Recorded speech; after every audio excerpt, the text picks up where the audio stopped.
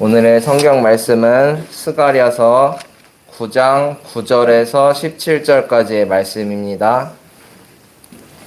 스가랴서 9장 9절에서 17절까지의 말씀, 구약 1353쪽 즈음에 있습니다.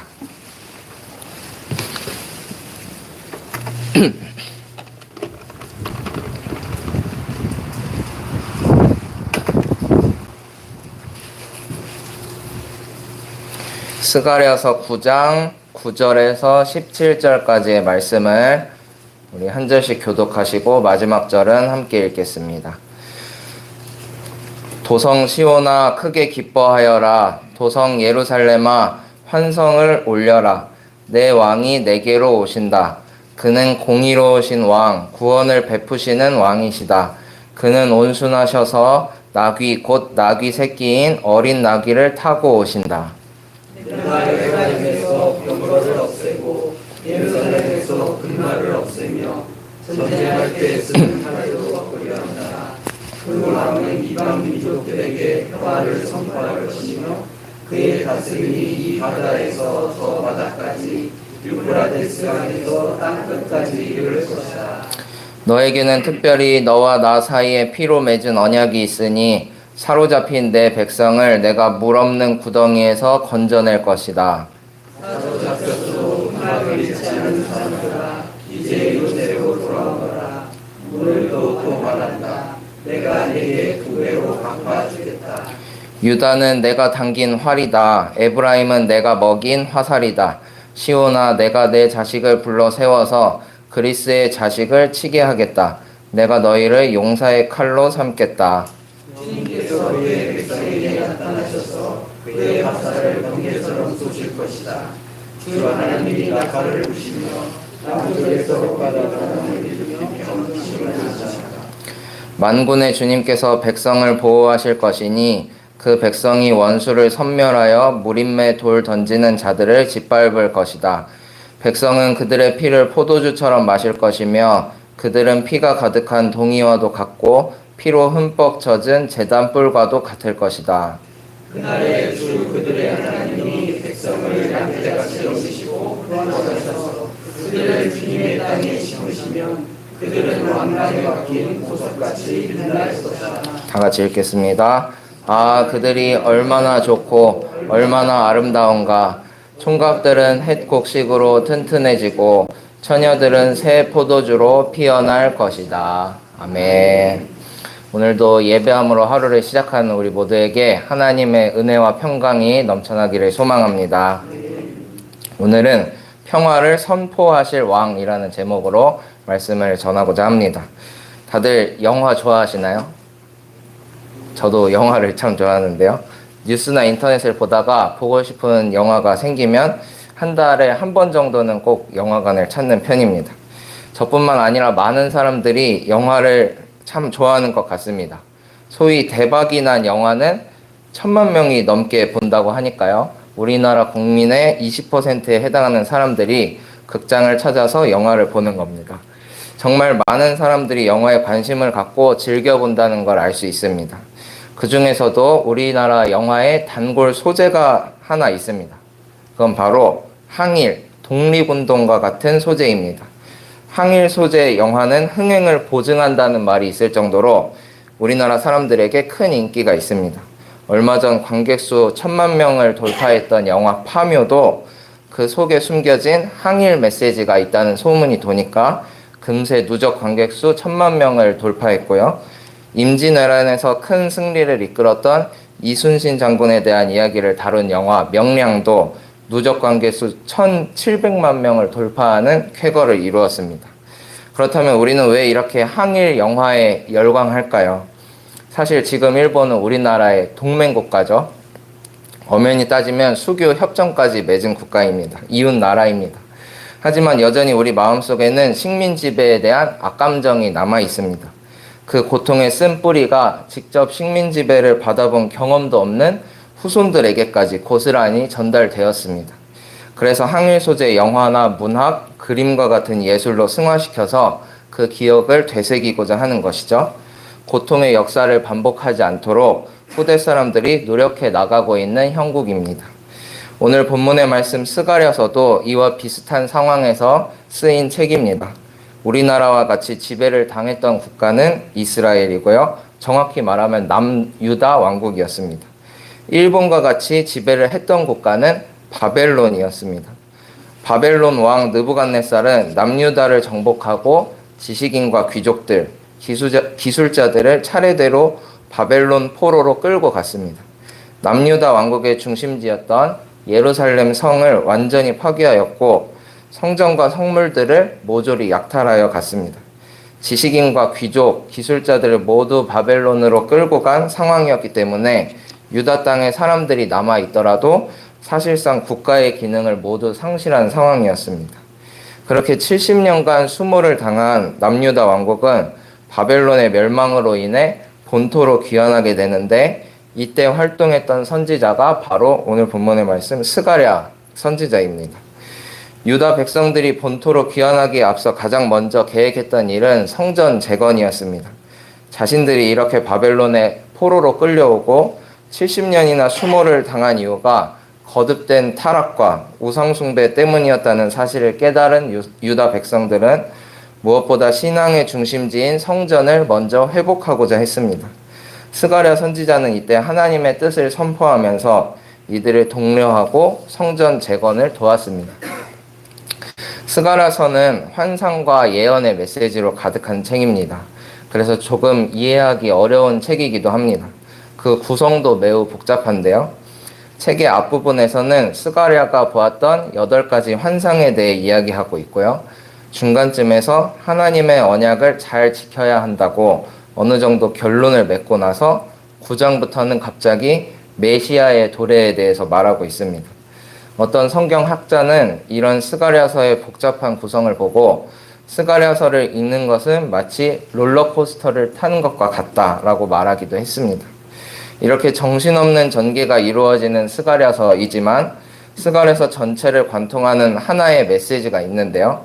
그 메시지는 포로 생활을 마치고 성전을 재건하는 이 중요한 시기에 건물로서의 성전 재건만이 아니라 메시아의 도래를 기다리고 메시아의 강림을 준비해야 한다라는 말씀이었습니다.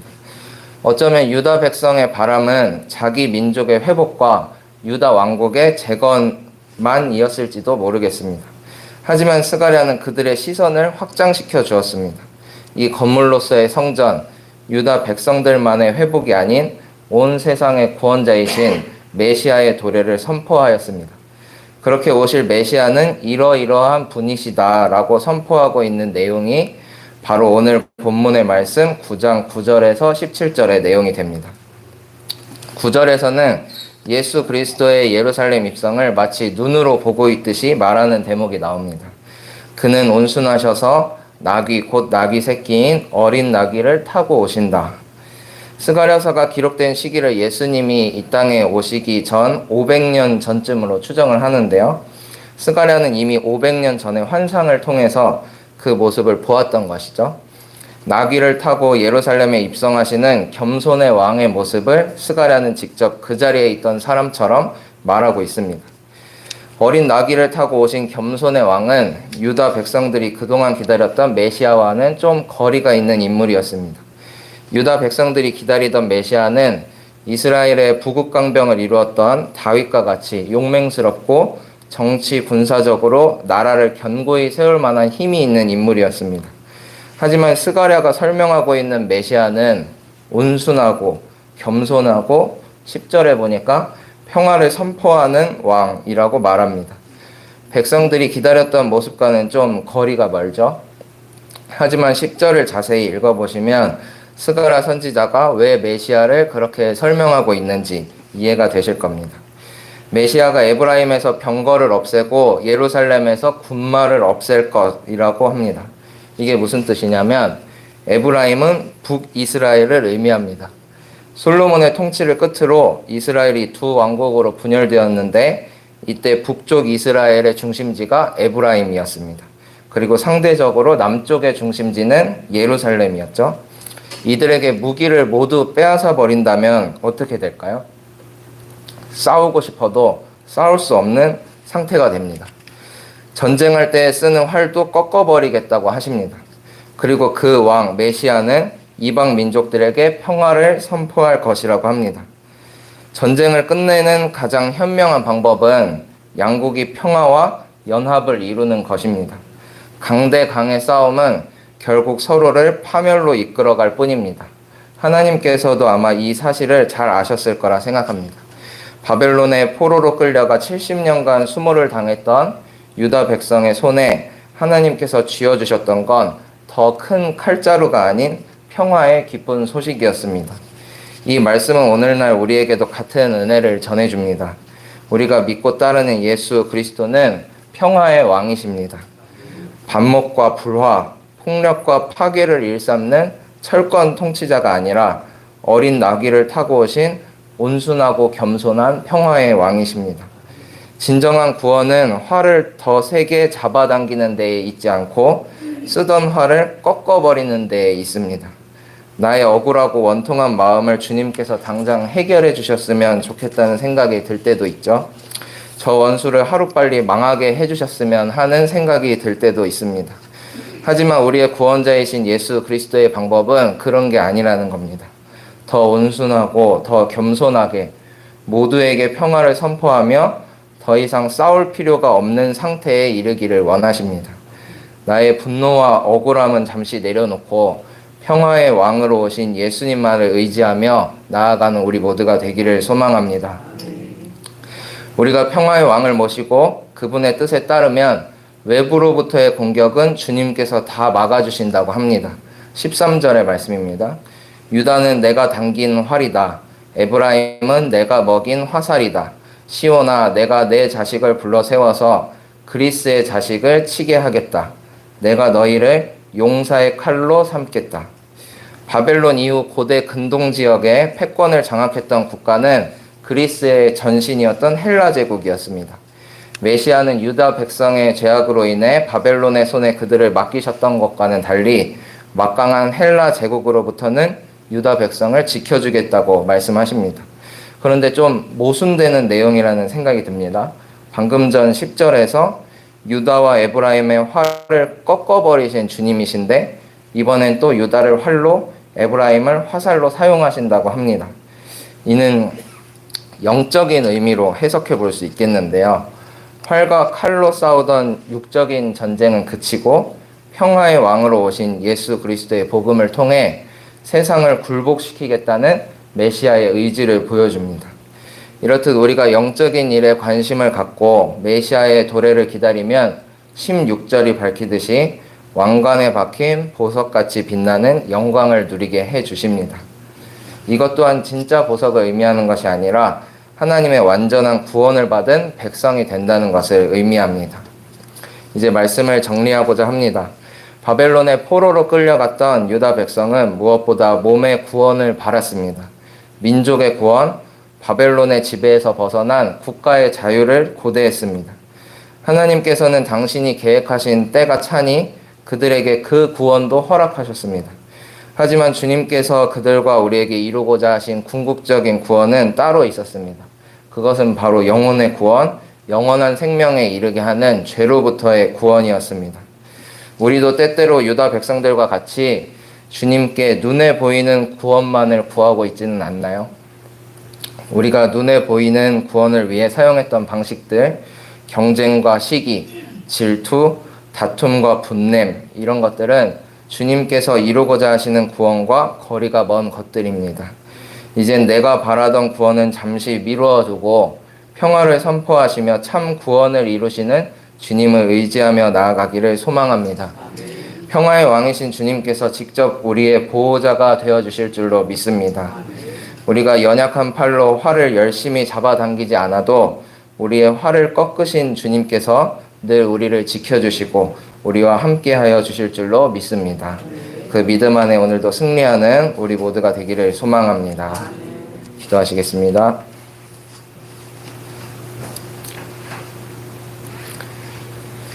주님 감사합니다. 우리에게 구원자가 되어주셔서 모든 민족에게 평화를 선포하시고 우리를 영원한 소망의 길로 인도하여 주심에 감사드립니다. 하지만 저희는 여전히 연약하여 구원의 감격을 잃어버린 채 다시 내가 바라는 구원만을 갈구하며 살아오지는 않았는지 되돌아봅니다. 주님의 마음에 합한 마음 저희에게도 허락하여 주셔서 주께서 계획하시고 행하시는 구원을 고대하는 삶을 살게 하여 주시옵소서. 불안정한 국제 정세와 갑자기 쏟아지는 폭우, 녹록지 않은 경제 상황으로 인해 많은 이들이 괴로워하고 있습니다. 한 치 앞도 알 수 없는 우리의 삶이지만 모든 것을 다 아는 것처럼 내가 주인 되어 살아갈 때가 얼마나 많았는지 모릅니다. 주님, 이 시간 저희를 불쌍히 여겨주셔서 저희 삶의 주인 되어 주시옵소서. 더 온순하고 더 겸손한 마음 주셔서 주님 발자취를 한 걸음 한 걸음 따라가는 지혜로운 양들이 되게 하여 주시옵소서.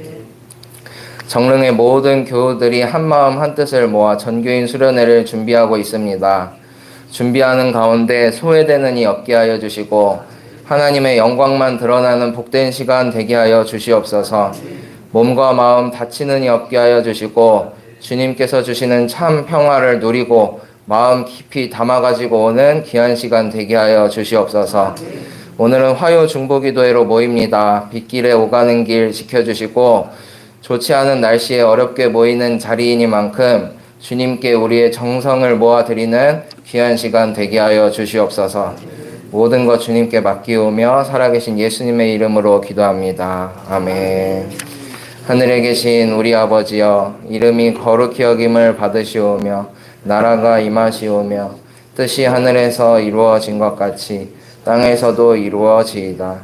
오늘 우리에게 일용할 양식을 주시옵고 우리가 우리에게 죄 지은 자를 사하여 준 것 같이 우리 죄를 사하여 주시옵고 우리를 시험에 들게 하지 마시옵고 다만 악에서 구하시옵소서. 나라와 권세와 영광이 아버지께 영원히 있사옵나이다. 아멘.